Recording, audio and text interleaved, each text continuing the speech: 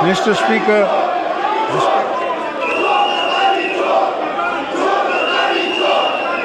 Mr. Speaker, respect technology from the core component of our national energy mix, as they would not only create opportunities for green economic growth, but would also make energy more affordable for our people.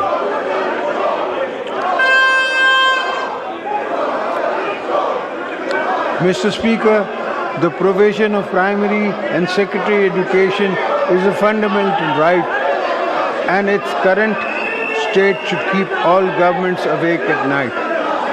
We must acknowledge the fact that in Pakistan there's a massive number of children who are out of school, and given our growing population, the number is growing faster than the facilities we have been providing.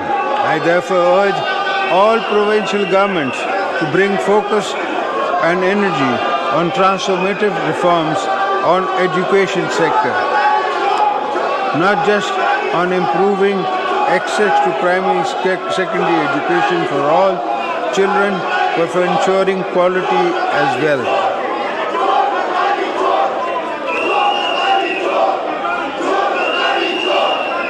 Mr. Speaker, respected parliamentarians, I am sure all agree that our health sector is in urgent need of rebuilding and scaled up expansion. Regular investments in the primary and secondary health infrastructure as well as human resources are needed to ensure that every citizen has access to quality of healthcare services and that no citizen lacks medical care. Mr. Speaker, a combination of factors has come together to create what I see as a crisis of income and food insecurity. For many of our people, I am pointing, of course, to the large number of our population that has been slipping into poverty either through climate impacts on their incomes and assets or sheer cost of living pressure on the families. It is our responsibility to ensure that they move out of extreme vulnerability within their ability to access opportunities for jobs and resources to reinvest in farms, livestock and small businesses.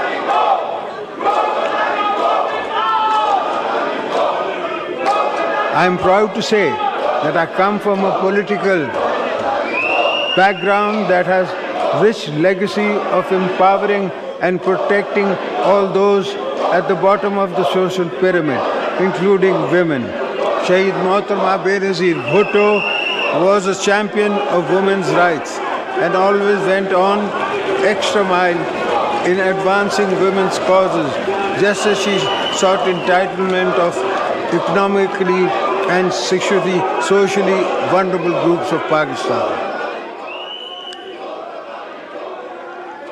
I am very proud of the fact the Benazir Income Support Program has been providing a lifeline to millions of vulnerable women across the country, offering them financial assistance and social protection, while giving many women the incentives and seed capital to start up small businesses. I'm glad that the number of the beneficiaries of the Poverty Alleviation Program has risen to over 9 million, but we need to bring more underprivileged women into the social safety net. I am hopeful that the new government will actively work to reduce social and economic fragility while aggressively promoting girls' education and health, including programs to reduce maternal, maternal and enhance mother and child income.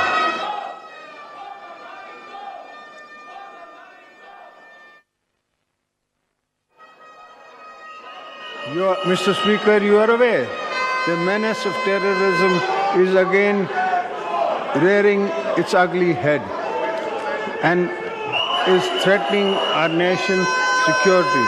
as well as regional peace and prosperity. Pakistan believes that terrorism is a shared concern that requires collective efforts. We expect neighboring countries to take strong notice of terrorist groups who are involved in launching attacks against our security forces and people. Today I reaffirm the nation's resolve to eliminate terrorist elements. My late wife, the twice elected Prime Minister of Pakistan, Mohtarama Benazir Bhutto Shaheed, gave her life standing up to terrorists, so you will never find me wanting in building the unity and the momentum behind such an effort.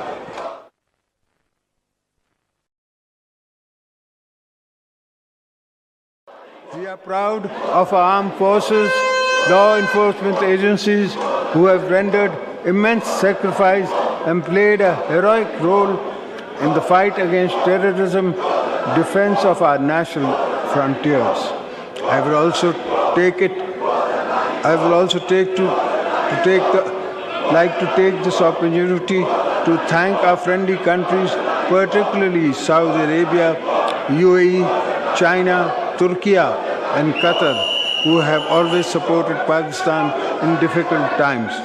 It is important also to recognize the US, EU, and UK have all been established trade partners with a history of cooperation in many sectors, which we hope will grow further.